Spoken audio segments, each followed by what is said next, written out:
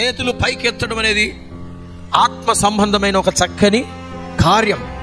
ఆ చేతులు ఎత్తితే చక్కని ఫలితాలను మనం సాధించవచ్చు. చేతులు ఎత్తడం, ప్రభు వైపుకు చేతులు ఎత్తడం ఎంతో ఆశీర్వాదకరం.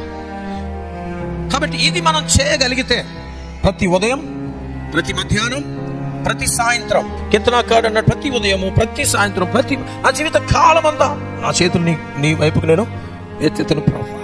చేతులు ఎత్తడం అంటే ఏంటి? ప్రభు నీవే నాకు ఆధారం, నీవే నాకు దిక్కయ్యా, నీ నామాన్ని స్తుతిస్తున్నా, నా సర్వము నీవే ప్రభు, నిన్ను బట్టి నేను స్థితిలో ఉన్నాను. పదాలు లేకుండా అన్ని కూడా ఒకే ఒక యాక్షన్తో చెప్పేస్తాం చేతులు ఎత్తడం ద్వారా. అలాగే దేవుని వైపుకు మనం చేతులు ఎత్తినట్లయితే అది మనం ఆయనకు చెప్పినట్లే, దేవా నా జీవితానికి ఆధారము నీవే ప్రభు, నీవే సర్వాధికారి, సర్వలోకమునకు ఆధారము నీవే, సర్వ సృష్టికర్తవు నీవేనయ్యా అని ఆయనకు మనం మాటలతో కాకుండా చేతులతోనే చూపించినట్లు చెప్పినట్లు. హల్లెలూయా. అందుకే మనం దేవునికి స్తోత్రాలు చెప్తాం ఎప్పుడు కూడా, హల్లెలూయా.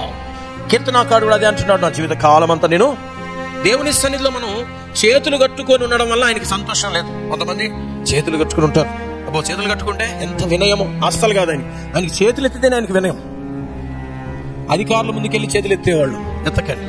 మనుషుల ముందు చేతులు ఎత్తారు అనుకో, మనల్ని చూసి చేతులు ఎత్తేస్తాడు అంటారు. మనుషుల ముందు చేతులు ఎత్తకూడదు, కానీ దేవుని ముందు మాత్రం